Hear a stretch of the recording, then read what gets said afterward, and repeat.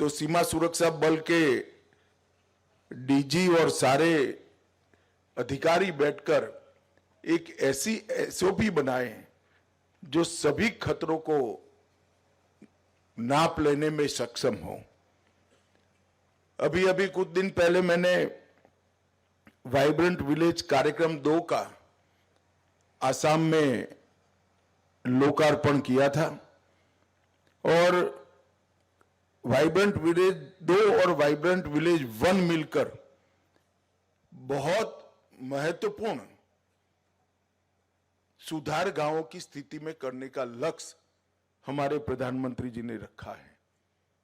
मुझे पूरा भरोसा है कि इस लक्ष्य को हम सिद्ध कर पाएंगे। नरेंद्र मोदी सरकार का बहुत प्राथमिकता वाला एजेंडा हमारे जवान और उनके परिवारजनों की सभी प्रकार की सुविधाएं बढ़े और कष्ट कम हो, ये है। इसलिए हमने आयुष्मान सीएपीएफ, आवास योजना, आवास वेब पोर्टल, प्रधानमंत्री छात्रवृत्ति योजना, बहनों को भर्ती करते हैं उनके अच्छे रहने की व्यवस्था, विकलांग अनुग्रह राशि को भी संरेखित करना, कई प्रकार के सुधार जवानों के कल्याण के लिए किए हैं।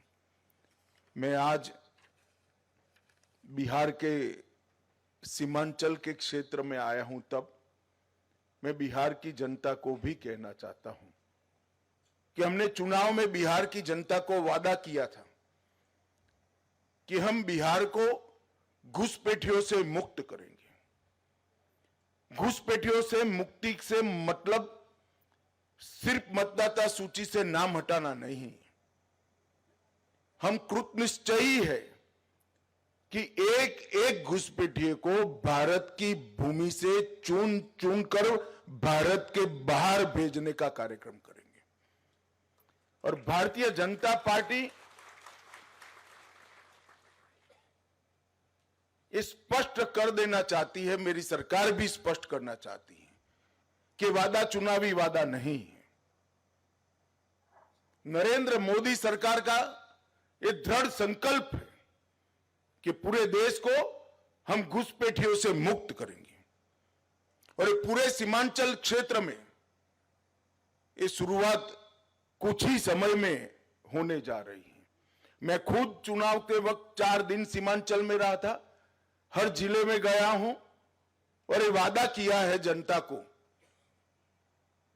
कि हम पूरे सीमांचल को घुसपैठियों से मुक्त करेंगे। आमतौर पर नेताओं के वादे जनता को याद कराना पड़ता है, मगर आज मैं सीमांचल की जनता को मेरा वादा याद कराने आया हूं, क्योंकि मुझे सीमांचल की जनता का सहयोग चाहिए। घुसपैठिए सीट हमारे चुनाव को प्रभावित नहीं करते हैं। गरीबों के राशन में भी वो हिस्सा ले जाते हैं।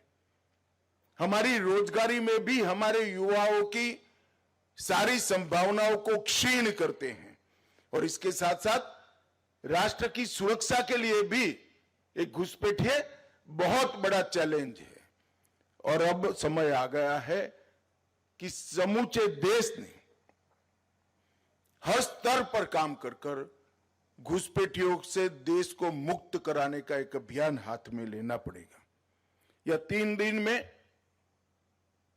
भारत सरकार के संबंधित सारे मंत्रालय, बिहार सरकार के गृह मंत्रालय, district magistrate, district development officer, SP और कई सारे संगठनों की 3 दिन में डिटेल मीटिंग कर हम एक कार्य योजना बना रहे हैं और सीमा से 10 किलोमीटर के अंदर जितने भी अवैध अतिक्रमण हैं, वो सारे के सारे अतिक्रमण सबसे पहले ये अभियान के अंदर दूर कर दिए जाएंगे और घुसपैठिए को चिन्हित कर भारत के बाहर भेजने का कार्यक्रम भी हम यहां से शुरू करेंगे। जनसांख्यिकी का बदलाव किसी भी देश के लिए स्वस्थ समाज का निर्माण नहीं करता है। जनसांख्यिकी की स्वाभाविक वृद्धि इसका स्वागत है, मगर अतिक्रमण से, घुसपैठ से जनसांख्यिकी का बदलाव किसी भी देश की संस्कृति, इतिहास और भूगोल तीनों के लिए बहुत खतरनाक होता है और हम इसको जानते हैं।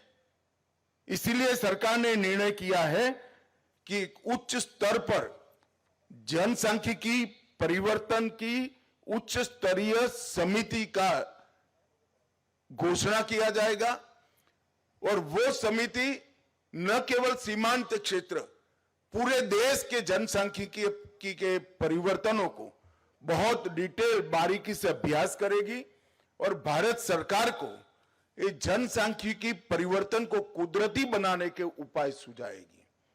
और सबसे ज्यादा प्रभावित जो क्षेत्र है जनसांख्यिकी परिवर्तन से, बंगाल, बिहार और झारखंड का क्षेत्र है। बंगाल में भी चुनाव है। मुझे पूरा भरोसा है कि इस बार भारतीय जनता पार्टी की सरकार बनने वाली है। भारतीय जनता पार्टी की सरकार का पहला एजेंडा रहने वाला है कि सीमा पर बाढ़ का काम समाप्त करना और एक एक घुसपैठिए को चुन चुन कर देश के बाहर भेजना। और इसकी शुरुआत, चूंकि यहां पर सरकार बन चुकी है, जनादेश भी इस एजेंडा को प्राप्त हो चुका है। हम तो इसी मुद्दे पर चुनाव लड़े थे। हमारी विपक्ष की पार्टियों ने ये मुद्दे का विरोध किया था, मगर मैं तो आभारी हूं बिहार की जनता का कि अभूतपूर्व जन समर्थन हमें मिला है।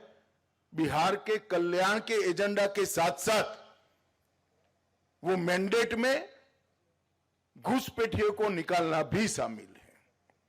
और मैं आज इस मंच से बिहार की जनता को और देश भर की जनता को ये भरोसा देकर जाता हूं कि हम दूसरी बार जनादेश के लिए आएंगे, उसके पहले एक एक घुसपैठियों को भारत के बाहर निकालने का काम समाप्त कर कर आएंगे। और इसमें एसएसबी का भी बड़ा रोल है और आपकी भूमिका जो है वो भी आपको विगत से बताई जाएगी। मैं फिर से एक बार आज के कार्यक्रम में उपस्थित सभी जवानों को अनंत अनंत शुभकामनाएं देना चाहता हूं, क्योंकि आपकी सुविधाओं में बहुत बड़ी बढ़ोतरी हो रही है और एक बार का काम नहीं है, ये निरंतर चलने वाला काम है। हमारा लक्ष्य है आपका सुविधापूर्ण जीवन। जब आप अपने युवानी के स्वर्णिम वर्ष सीमा पर बिता रहे हैं तो आपका और आपके परिवार का पूरा अधिकार है कि सभी सुविधाओं पर से युक्त आपका और आपके परिवार का जीवन हो। हम इसके लिए पूरा प्रयास करेंगे। फिर से एक बार मेरी अनंत अनंत शुभकामनाएं आपके साथ है। वंदे मातरम। भारत माता की जय।